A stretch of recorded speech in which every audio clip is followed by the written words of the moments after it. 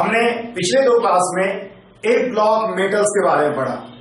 हमने एक block metals में लैंथेनॉइड्स और एक्टिनॉइड्स के बारे में आपको डिटेल में समझाया जो हमारे सिलेबस में है। अब हम लोग एक ब्लॉक मेटल्स पे कुछ क्वेश्चन करने जा रहे हैं। इन क्वेश्चंस की मदद से आपको एक ब्लॉक मेटल्स को समझने में और ज्यादा हेल्प मिलेगा, एज वेल एज जो जेई पीएमटी सवाल पूछ सकता है ब्लॉक पे, उसका आपको आइडिया भी लगेगा कि किस तरह का क्वेश्चन इस पे पूछा जा सकता है। तो हम लोग क्वेश्चंस करना शुरू करते हैं। सबसे पहला क्वेश्चंस करेंगे हम लोग एक्सप्लेन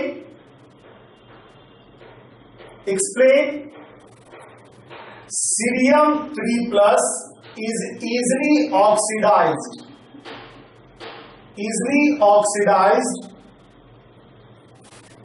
to सीरियम 4+। इस चीज को आपको एक्सप्लेन करना है। एटॉमिक नंबर आपको दिया हुआ है सीरियम का 58 है। ये पहला क्वेश्चन है आपके असाइनमेंट शीट में, पहला क्वेश्चन है जो कि आपको करना है। इस असाइनमेंट शीट को आपको दिया हुआ है, आप उस असाइनमेंट शीट को देखोगे, वैसे हम क्वेश्चंस यहां पर लिख रहे हैं। देखिए, सबसे पहला बात यह है कि आपको कहा जा रहा है कि cerium 3+ is easily oxidised to cerium 4+। तो सीरियम का अगर हम एटॉमिक नंबर 58 है, तो इसका अगर हम इलेक्ट्रॉनिक कॉन्फ़िगरेशन लिखेंगे तो जेनर, जिसका इलेक्ट्रॉनिक कॉन्फ़िगरेशन, जिसका एटॉमिक नंबर होता है 54, उसके बाद हो जाएगा आपका 4f1, 5d1 और 6s2। This is the electronic configuration of cerium. तो इलेक्ट्रॉनिक कॉन्फ़िगरेशन ऑफ अगर आप सीरियम 3+ लिखोगे तो आपको आएगा जेनर 4f1 और 5d0 6s0, ठीक है। और अगर आप सीरियम 4+ का कॉन्फ़िगरेशन लिखोगे तो आपको आएगा जेनर 4f0 5d0 और 6s0, मतलब इलेक्ट्रॉनिक कॉन्फ़िगरेशन ऑफ जेनर मतलब नोबेल गैस। नोबेल गैस का इलेक्ट्रॉनिक कॉन्फ़िगरेशन आया अगर आपने सीरियम 4+ किया, मतलब ये मोर स्टेबल हो जाएगा। और अगर कोई स्पेसीज मोर स्टेबल है, इसका मतलब है कि सीरियम 3+, जिसका कि आप कॉन्फ़िगरेशन लिख सकते हो 4f1 है, ये सीरियम 4+ में आसानी से बदल जाएगा, बिकॉज इसका कॉन्फ़िगरेशन जो है नोबेल गैस कॉन्फ़िगरेशन है। तो सिंस ये पार्शियली फील्ड है, ये पार्शियली फील्ड है कॉन्फ़िगरेशन, इलेक्ट्रॉनिक कॉन्फ़िगरेशन, जबकि ये जो है एक नोबेल गैस कॉन्फ़िगरेशन है, नोबेल गैस कॉन्फ़िगरेशन है, जिसके कारण से ये जो सीरियम 4+ होगा वो ज्यादा स्टेबल होगा, ये मोर स्टेबल होगा, और ये जो सीरियम 3+ होगा वो लेस स्टेबल होगा, ठीक है। और इसका मतलब है कि सीरियम 4+ आसानी से बनेगा। Hence cerium 3+ will be easily oxidized to cerium 4+। इसी तरह का आपको क्वेश्चन पूछा जा सकता है ऑब्जेक्टिव में भी। आपको 4 आयंस दे देगा और बोलेगा कौन जो है आसानी से ऑक्सीडाइज हो सकता है। आसानी से ऑक्सीडाइज होने का मतलब है खुद जब ऑक्सीडाइज होगा तो वो रिड्यूसिंग एजेंट की तरह बिहेव करेगा। तो 4 आयन दे करके आपको पूछा जा सकता है कि कौन जो है अच्छा रिड्यूसिंग एजेंट है। इस तरह के सवाल में आप यही करोगे कि आप देखोगे कि जो फाइनल ऑक्सीडेशन होकर के स्पीसीज आ रहा है वो ज्यादा स्टेबल है कि नहीं।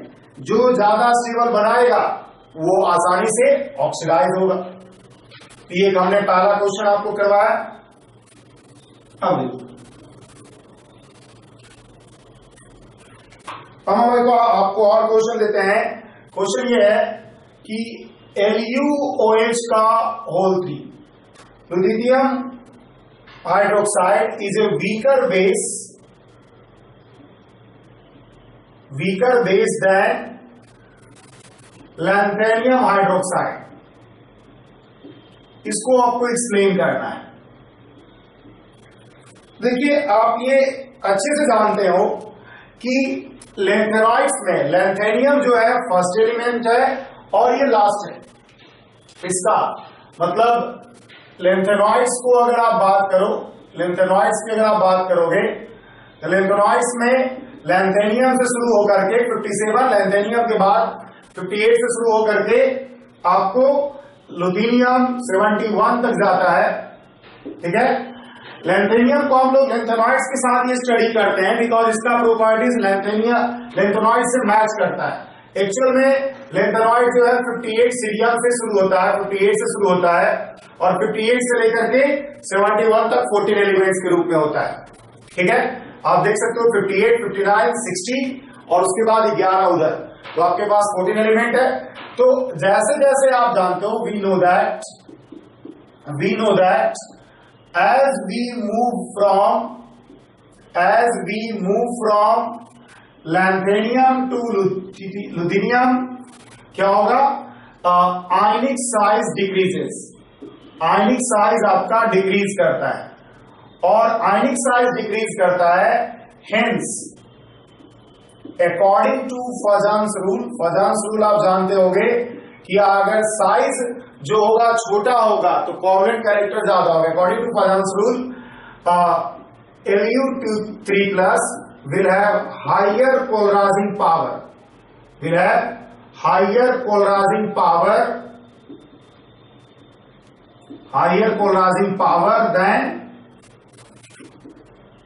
La3+. La3+ की बजाय Lu3+ को पोलराइजिंग पावर ज्यादा होगा और जब पोलराइजिंग पावर ज्यादा होगा इसमें so covalent character of LuOH3 is more than that of LaOH का होल 3 और जब कोवेलेंट कैरेक्टर इसका ज्यादा है हेंस बेसिक नेचर ऑफ, आप याद रखो आयनिक जो नेचर का होता है उसको बेसिक नेचर होता है, आयनिक जो ऑक्साइड और हाइड्रोक्साइड होता है। तो ये कोवेलेंट कैरेक्टर का ज्यादा है इसलिए बेसिक नेचर ऑफ LuOH का whole 3 is weaker than that of LaOH का होल 3। मतलब ये साफ है कि LuOH का होल 3 जो होगा वीकर बेस होगा देन LaOH का होल 3 लैंथेनियम हाइड्रोक्साइड। बिकॉज सिंपल सी बात यह है कि लैंथेनियम से जब आप लुथीनियम की तरफ मूव करते हो तो आपका साइज कंटिन्यूअसली घटता है, आयनिक साइज कंटिन्यूअसली घटता है। साइज घटने के कारण पोलराइजिंग पावर बढ़ेगा इसलिए कोवेलेंट कैरेक्टर बढ़ेगा। अब इसका कोवेलेंट कैरेक्टर ज्यादा है मतलब इसका बेसिक कैरेक्टर कम होगा क्योंकि आयनिक जो कंपाउंड होता है हाइड्रोक्साइड ऑक्साइड वो बेसिक नेचर का होता है। ठीक है, अब देखिए हम लोग अगला क्वेश्चन करते हैं। क्वेश्चन ये है कि एक्सप्लेन वाई आर Sm2+ जिसका एटॉमिक नंबर 62 है, Eu2+ जिसका एटॉमिक नंबर 63 है और Yb2+ जिसका एटॉमिक नंबर 70 है आर गुड रिड्यूसिंग एजेंट। ये आपको सवाल दिया गया कि एक्सप्लेन करना है कि ये सब जो है अच्छा रिड्यूसिंग एजेंट कैसे है। देखिए ये सभी लेंथेनॉइड्स का एग्जांपल है, लेंथेनॉइड्स का मेंबर है। लेंथेनॉइड्स में जो सबसे ज्यादा स्टेबल ऑक्सीडेशन स्टेट होता है वो +3 होता है। ये सभी +2 में, तो ये सब इजीली ऑक्सीडाइज होगा, अपने आप को ऑक्सीडाइज करेगा +3 ऑक्सीडेशन स्टेट में। जब खुद आसानी से ऑक्सीडाइज होगा तो दूसरे को आसानी से रिड्यूस करेगा। जब खुद आसानी से ऑक्सीडाइज हो रहा है मतलब गुड रिड्यूसिंग एजेंट है। तो गौर कीजिए Sm, Eu and Yb are lanthanoids, are members of lanthanoids।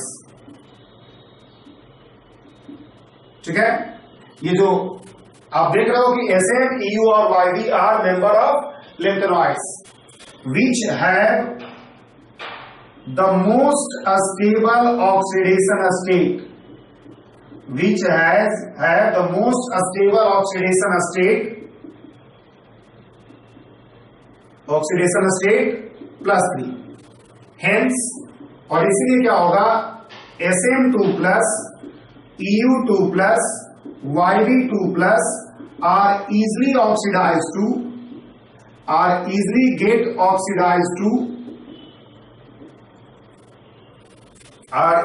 oxidized to SM3 plus EU3 plus YB3 plus। ठीक है, ये शब्द होगा आसानी से ऑक्सीडाइज होगा SM3 plus EU3 plus and YB3 plus। So these ions act as reducing agent। जब खुद जो है ऑक्सीडाइज हो रहा है तो दूसरे को रिड्यूस करेगा। आप ये ऑक्सीडाइजिंग और ऑक्सीडेशन रिडक्शन में अच्छे से जानते हो। जो खुद ऑक्सीडाइज करता है वो रिड्यूसिंग एजेंट होता है, जो खुद रिड्यूस होता है वो ऑक्सीडाइजिंग एजेंट होता है। ठीक है, तो इस तरह से आप आसानी से इस सवाल को कर लिए। और देखिए कुछ और सवाल करते हैं। और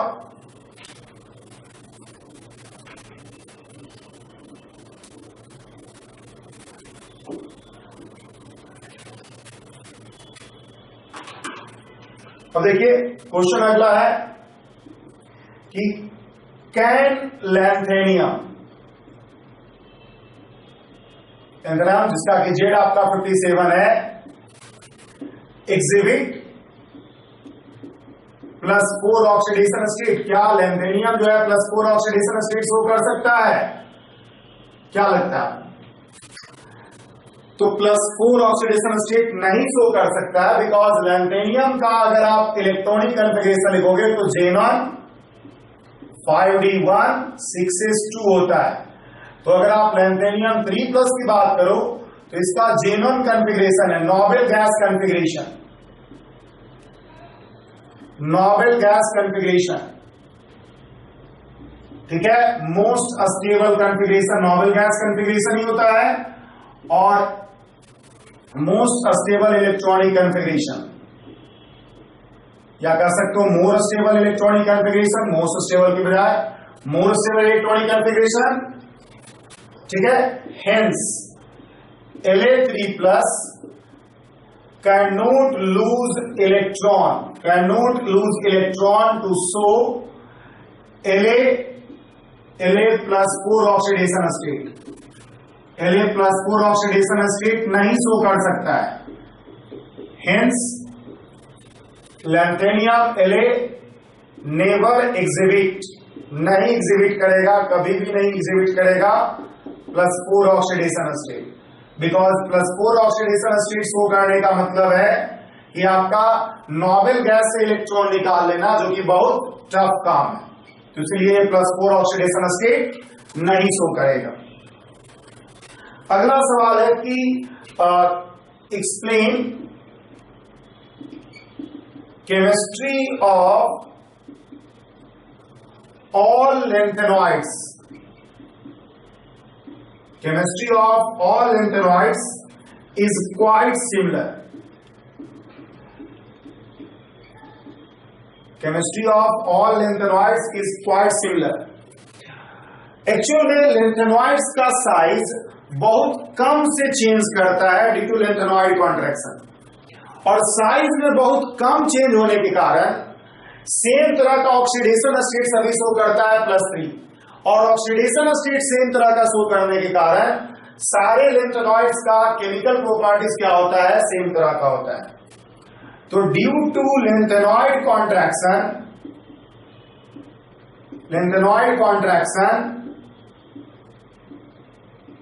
all elements of lanthanoids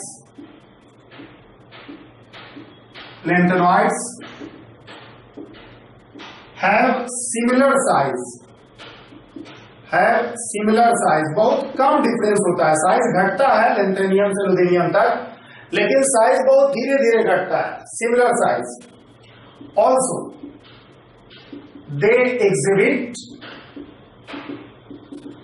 +3 oxidation +3 common oxidation exhibit common oxidation state, common oxidation state of +3। और इसीलिए क्या होगा, सारे लैंथेनॉइड्स का केमिस्ट्री क्या होगा? सिमिलर होगा। साइज भी सेम है, ऑक्सीडेशन स्टेट भी सिमिलर है, hence chemistry of all lanthanoids, chemical properties of all lanthanoids is quite similar. चूंकि साइज भी सेम है और ऑक्सीडेशन स्टेट भी सेम है, इन दोनों के कारण क्या होगा, आपका प्रॉपर्टीज होगा लैंथेनॉइड्स का अच्छा खासा मैच करेगा। अगला सवाल हम दे रहे हैं कि द ऑक्सीडेशन स्टेट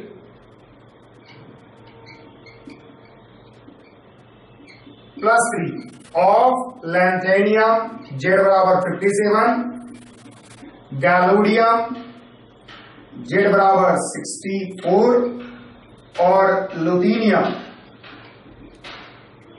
Z बराबर 71 आर हाईली स्टेबल। इन सबका +3 ऑक्सीडेशन स्टेट हाईली स्टेबल होता है, एक्सप्लेन कीजिए।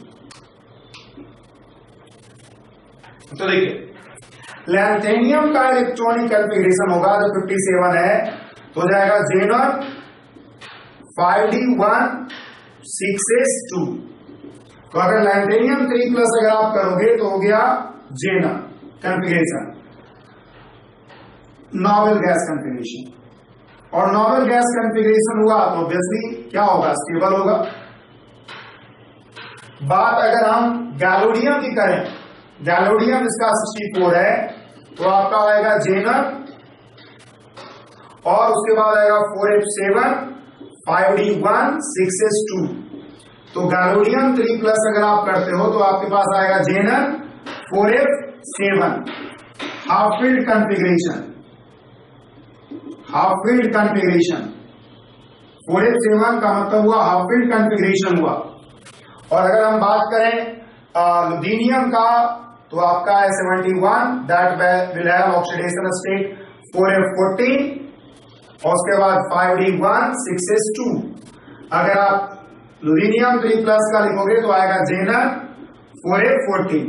तो यह आ गया फुलफिल्ड इलेक्ट्रॉनिक कॉन्फ़िगरेशन। तो आप ये देख सकते हो कि आपका जो ऑक्सीडेशन स्टेट है, आप ये देख सकते हो कि आपका जो ऑक्सीडेशन स्टेट है वो क्या हो रहा है, धीरे धीरे मतलब ऑक्सीडेशन स्टेट है वो Na3+, Ga3+ और Lu3+ वो स्टेबल होगा, because novel gas configuration, half field configuration और फुलफिल इलेक्ट्रॉनिक कॉन्फ़िगरेशन ये सब जो है स्टेबल इलेक्ट्रॉनिक कॉन्फ़िगरेशन। और कोई भी एटम यही चाहता है आयन बनाने के क्रम में कि वो स्टेबिलिटी गेन करे। तो चूंकि ये सब स्टेबल इलेक्ट्रॉनिक कॉन्फ़िगरेशन है, इसलिए क्या होगा, आसानी से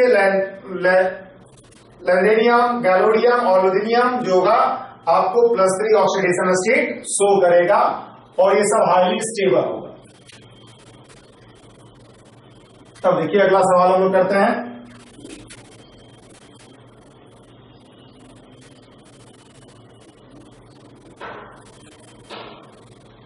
अगला क्वेश्चन आपको कहा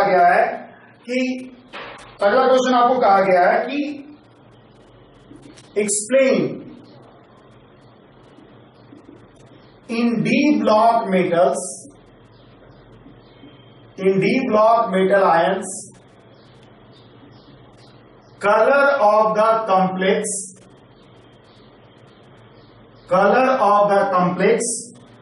changes with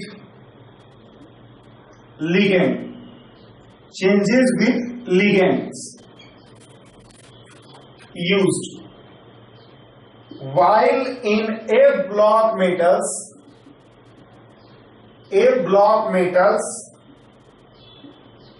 ions color remain almost same, color remain almost constant, same, and does not depend on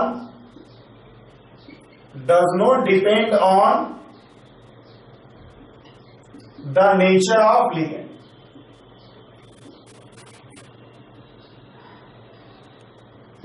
इसी को एक्सप्लेन करना है। देखिए जब आप कॉम्प्लेक्स कंपाउंड पढ़ते हैं तो वहां पे बताया जाता है कि जो कॉम्प्लेक्स कंपाउंड होता है उसका कलर होने का कारण होता है स्प्लिटिंग ऑफ डी ऑर्बिटल्स। ठीक है, color of d block metal complex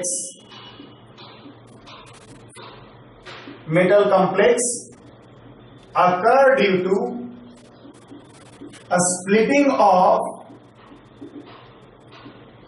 energy of d orbitals caused by ligands. ठीक है, लिगेंड्स के द्वारा एनर्जी ऑफ डी ऑर्बिटल्स का स्प्लिटिंग होता है, जिसके कारण से कलर होता है। आपको बताया जाएगा आगे कि कॉम्प्लेक्स कंपाउंड में कलर कैसे आता है। CFT क्रिस्टल फील्ड थ्योरी से आपको पता चलता है ये। ठीक है, अब different ligands have different strength and hence a splitting of d orbitals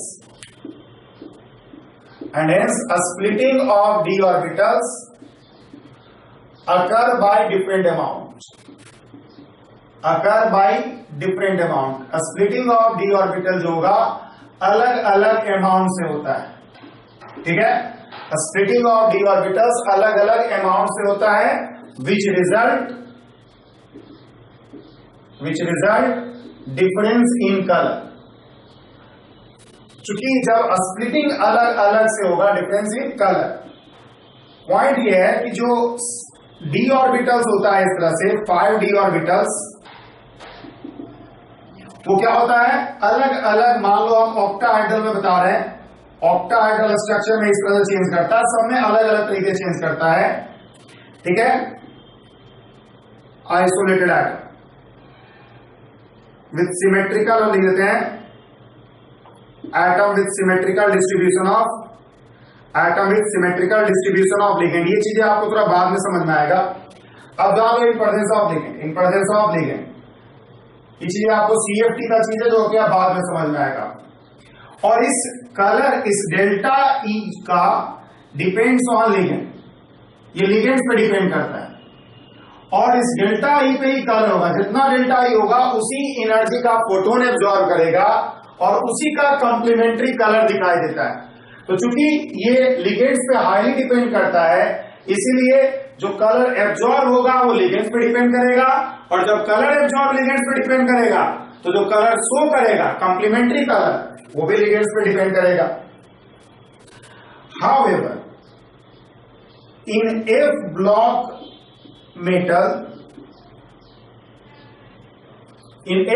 metals color occur due to effect transition which is almost independent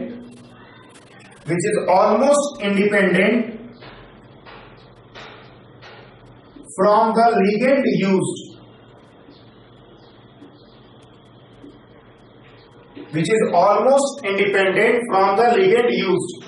colour in F block metals जो होगा वो इफेक्ट ट्रांजिशन से होगा, जो कि इंडिपेंडेंट होता है ligand use से। क्यों? Due to high shielding of F orbital by S and P orbitals. देखिए F ऑर्बिटल जो होता है वो बहुत अंदर होता है कंपेयर टू S और P ऑर्बिटल्स, और इसी कारण से लिगेंड्स जो है इसके स्प्लिटिंग को इफेक्ट कर पाए ये बहुत मुश्किल है। डी ऑर्बिटल जो होता है S और P के नीचे है, लेकिन कम नीचे है। F जो है और अंदर होता है, ये पेनल्टीमेट सेल होता है, जबकि F ऑर्बिटल जो होता है एंटी पेनल्टीमेट सेल होता है N-2। तो इसलिए चूंकि अंदर होता है F ऑर्बिटल, इसलिए उस पे लिगेंड्स का प्रभाव पड़ जाए, उसके स्प्लिटिंग ऑफ ऑर्बिटल्स पे, ये मुश्किल केस है। और इसलिए यहां पर कलर जो होगा इंडिपेंडेंट होगा फ्रॉम द लिगेंड यूज्ड। बात यही है कि यहां पर splitting of D orbital ligand से हाईली इफेक्टेड होता है।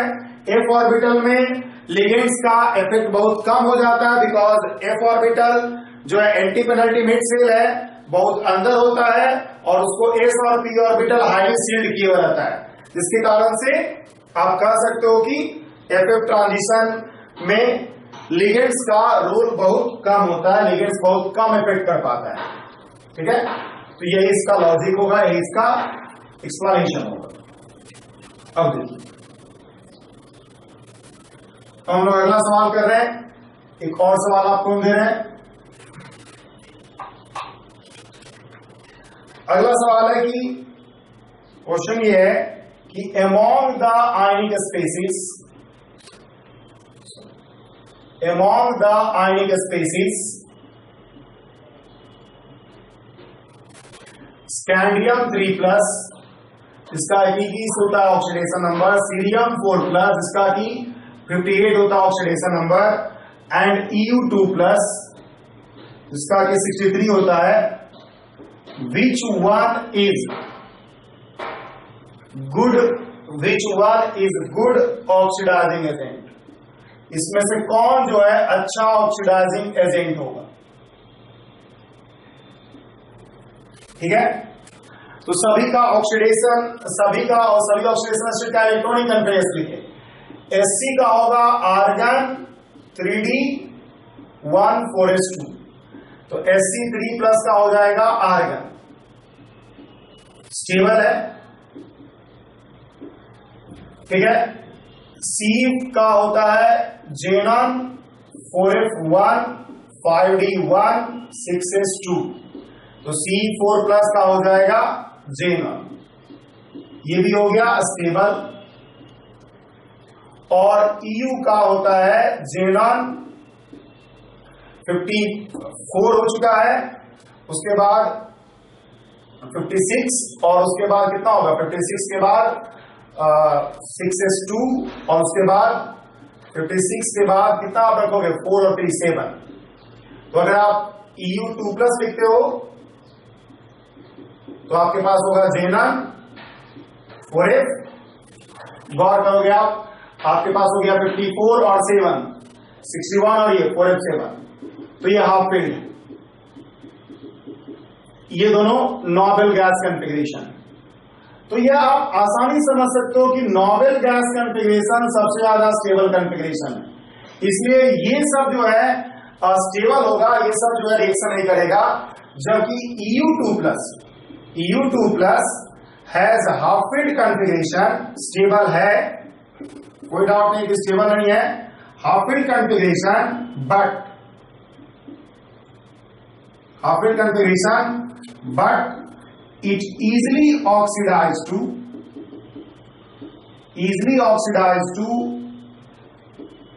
EU3+ because +3 oxidation state is the most stable. +3 oxidation state is a stable oxidation state for lanthanoids. ये स्टेबल ऑक्सीडेशन स्टेट होता है ऑफ लैंथेनॉइड्स। लैंथेनॉइड्स का स्टेबल ऑक्सीडेशन होता है +3, और इसी कारण से क्या होगा, EU3+ आसानी से ऑक्सीडाइज होगा, EU2+ आसानी से ऑक्सीडाइज होगा, EU2+ आसानी से ऑक्सीडाइज होगा EU3+ में, और जब इसका ऑक्सीडेशन हो गया तो ये जो होगा एक्ट एज रिड्यूसिंग एजेंट।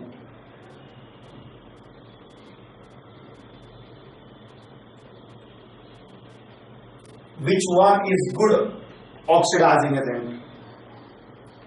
आपके पास Sc3+ है among the ionic species, which one is good oxidizing agent आपको पूछा जा रहा है। तो जब ये खुद ऑक्सीडाइज हुआ तो ये रिड्यूसिंग एजेंट की तरह बिहेव करेगा, जबकि ये सब जो है वो स्टेबल ऑक्सीडेशन स्टेट होने के कारण, मुझे लगता है यहां पे फॉल्ट है, एक्चुअली में यहां पे EU3+ होगा, EU3+ होगा, क्वेश्चन में थोड़ा फॉल्ट है। EU3+ का होगा 4f6, ये क्या हो गया पार्शियली फील्ड, पार्शियली फील्ड।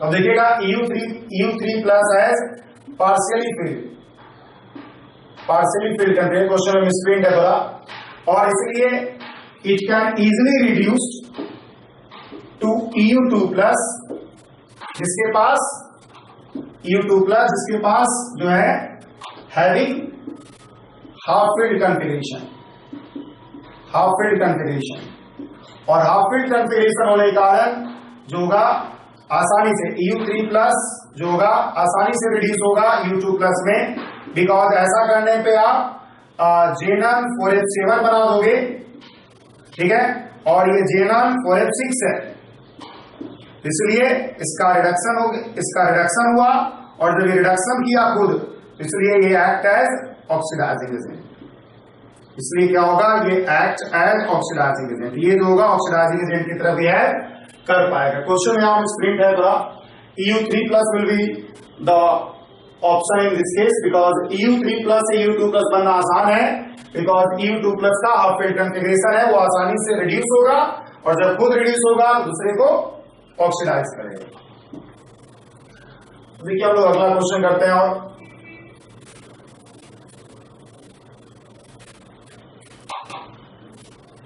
अगला क्वेश्चन है कि explain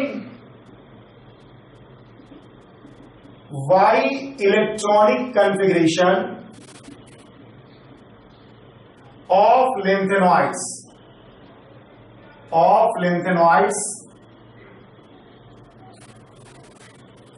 are not known with certainty, certainty के साथ, ठीक है, नहीं जाना जाता है। सिमिलर तरह का एक क्वेश्चन ये भी हो सकता है एक्टिनॉइड्स के केस में। एक्टिनॉइड्स में भी जो फर्स्ट 4 एलिमेंट्स होता है, फर्स्ट 4 एलिमेंट्स होता है, हम लोग इसी तरह का आंसर में लिख देंगे। फर्स्ट 4 जो एलिमेंट्स होता है एक्टिनॉइड्स का, उसका भी ऑक्सीडेशन स्टेट प्रिसाइजली नहीं पता है, क्योंकि this is due to a small energy difference in 4f and 5d orbital, 5d orbitals, due to which, इसके कारण से due to which electrons can be easily kept in either 4f orbital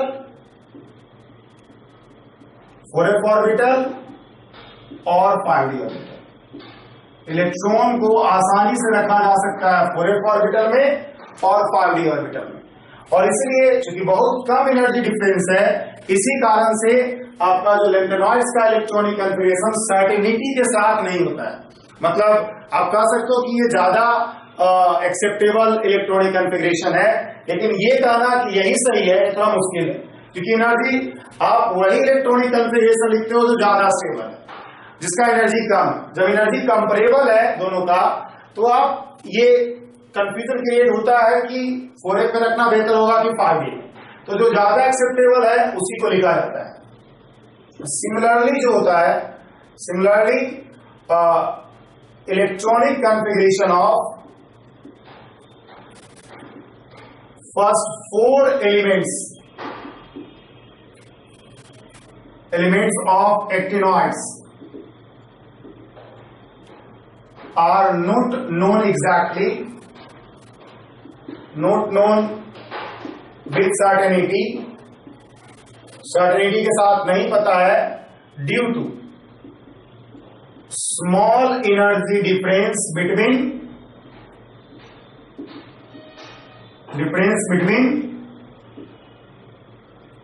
5f and 6d orbitals.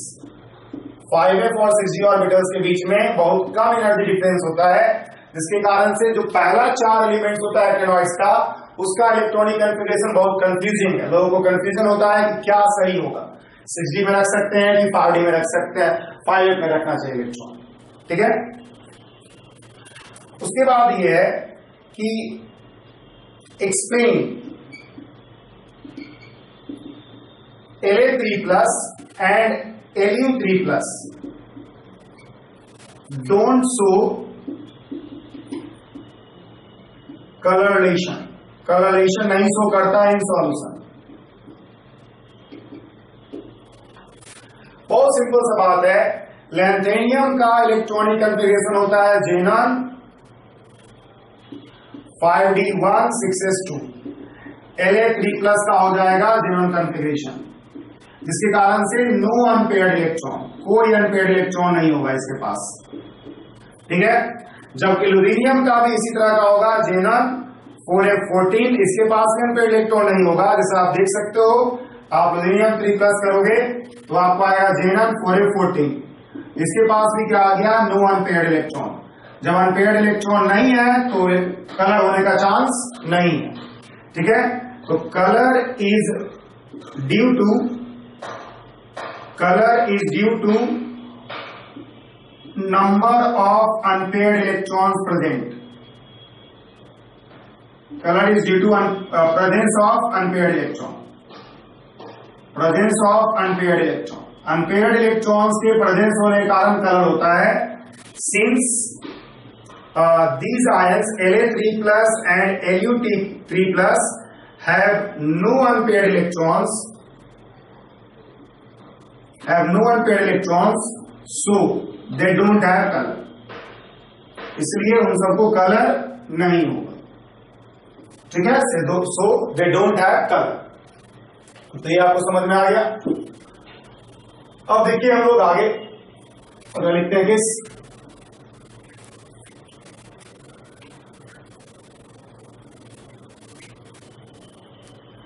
अगला case है आपका, question है actinoid contraction is greater than lantanoid contraction। मतलब strength of actinoid contraction, हम इस तरह से लिख सकते हैं, strength of actinoid contraction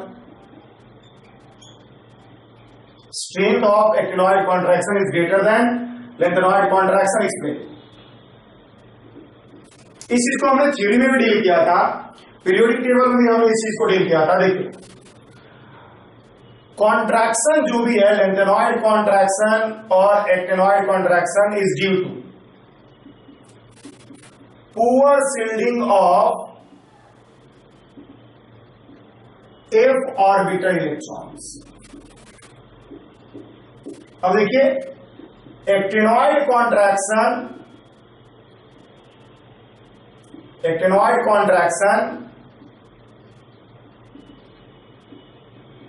occur due to poor shielding of 5f orbital electron, which is poorer shielder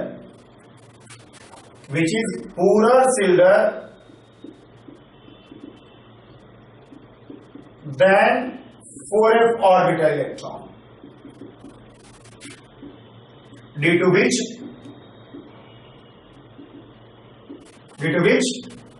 lantanoid contraction occur, जिसके कारण से lantanoid contraction होता है, ठीक है। Actinoid contraction occur due to poor shielding of 5f orbital electron, which is poorer shielded than 4f orbital electron। अगर आपके पास 5f electrons है और 4f इलेक्ट्रॉन्स है तो पुअर शिल्डर होगा 5f ऑर्बिटल इलेक्ट्रॉन, ठीक है, पुअर शिल्डर होगा। क्यों? क्योंकि ये दूर है। जितना नजदीक होता है ऑर्बिटल कोई न्यूक्लियस के, उतना स्ट्रॉन्ग शिल्डिंग करता है, ठीक है। तो 4f ऑर्बिटल नजदीक है, ये जो है नीयर टू न्यूक्लियस है, न्यूक्लियस के नीयर है, एंड हेंस इट्स शिल्डिंग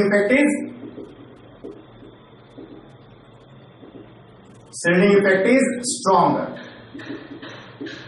और जब शिल्डिंग इफेक्ट इसका स्ट्रॉन्गर हो गया, इसका पुअर शिल्डिंग हुआ, हेंस actinoid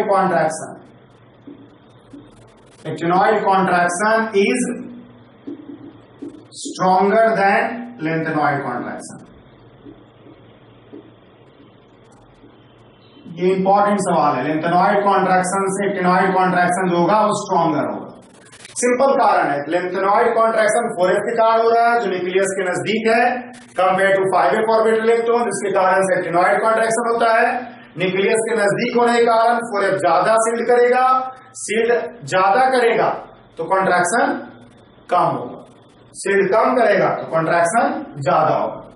कॉन्ट्रैक्शन होता ही है poor shielding of f orbital electrons के कारण। ठीक है, एक लास्ट क्वेश्चन आपको दिया जा रहा है कि explain zirconium and hafnium exhibit similar properties. Zirconium और हफनियम जो है एग्जिबिट सिमिलर प्रॉपर्टीज। बहुत आसान है, अगर आप जर्कोनियम हफनियम को देखोगे तो आपके पास होगा टाइटेनियम, जर्कोनियम, हफनियम। ये जो है 3D सीरीज का है, ये 4D सीरीज का है और ये 5D सीरीज का है। तो आप गौर करोगे कि यहां पर जो होगा लेंथेनॉइड कॉन्ट्रैक्शन आएगा, लेंथेनॉइड कॉन्ट्रैक्शन आएगा। 4D सीरीज से 5D सीरीज में जाने पर आपको इसके पहले क्या होगा, लेंथेनॉइड पूरा भरना होगा और लेंथेनॉइड कॉन्ट्रैक्शन आएगा due to which size remain almost same, size remain almost same, which make the chemistry of 4D and 5D elements of respective group similar। respective group का जो एलिमेंट्स होगा 4D और 5D का, उसके properties को similar कर देगा lanthanoid contraction के कारण। ये सब चीजें हम लोग पीरियोडिक टेबल से पढ़ते आ रहे हैं। ठीक है, तो यही सब कुछ सवाल हमने आपको प्रॉब्लम करवाया हमने ब्लॉक मेटल्स पे, जिसके आधार पे आप ब्लॉक मेटल्स को आसानी से समझ पाओगे और आप आसानी से ब्लॉक मेटल्स पे जो भी सवाल है उसको कर सकते हो।